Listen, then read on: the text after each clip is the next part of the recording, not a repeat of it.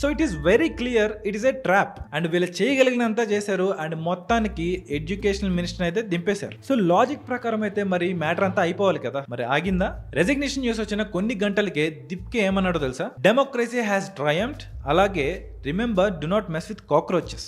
గెలుపు వచ్చాక సంతోషం వస్తుంది, అది నార్మల్, కానీ ఈ బలుపు ఎక్కడి నుంచి వస్తుంది? వాళ్ళు చేసే కొత్త డిమాండ్స్ కూడా చూడండి. చనిపోయిన స్టూడెంట్స్ ఫ్యామిలీస్ కి ₹1 కోటి ఇవ్వాలన్నారు, అండ్ దీంతో నాకు ఎటువంటి ప్రాబ్లం లేదు, అది బాణమతం. రెండో demand, July 20th lathi charge చేసిన పోలీసుల మీద యాక్షన్ తీసుకోవాలంట. అండ్ ఆ డిమాండ్ లో ఎగ్జాక్ట్ గా ఎవరెవరు ఆఫీసర్స్ ఇన్వాల్వ్ అయి ఉన్నారో వాళ్ళ పేర్లు కూడా చెప్పేస్తున్నాడు. డీసీపీ సందీప్ లాంబా, ఏసీపీ అజయ్ శర్మ, సచిన్ శర్మ, అలాగే ఆ లాఠీ చార్జ్ ఆర్డర్ చేసింది అమిత్ షా అలాగే ప్రైమ్ మినిస్టర్ నరేంద్ర మోడీ చెప్పినందుకు కాబట్టి వాళ్ళకు కూడా అకౌంటబిలిటీ ఉంటుందని చెప్తున్నారు. గమనిస్తున్నారా? వీళ్ళ ఈ 2 నెలల ప్రయాణం చూడండి. మొదట్లో పేపర్ లీక్ చేసిన వాళ్ళని పట్టుకోండి అన్నారు, ఆ తర్వాత మినిస్టర్ రిజైన్ చేయాలి అన్నారు, ఇప్పుడు హోమ్ మినిస్టర్ అలాగే ప్రైమ్ మినిస్టర్ లాఠీ చార్జ్ చేయించినందుకు వాళ్ళని కూడా అకౌంటబుల్ గా ఉంచాలి అంటున్నారు. అండ్ ఇప్పుడు కొత్తగా వినిపిస్తున్న న్యూస్ ఏంటి? నితిన్ గడ్కరీ E20. మీకు అర్థమవుతున్నట్టు చైన్ రియాక్షన్, ఇది ఆగే ప్రసక్తే లేదు. డిమాండ్ ఒక కోచింగ్ సెంటర్ ఓనర్ నుంచి ప్రైమ్ మినిస్టర్ వరకు వచ్చేసింది. మొదట్లో నేను ఈ ప్రొటెస్ట్ ని ఒక క్యాప్సూల్ తో కంపేర్ చేశాను కదా, ఆ క్యాప్సూల్ గురించి ఒక విషయం నేను అప్పుడు చెప్పలేదు అండ్ ఇప్పుడు చెప్తాను.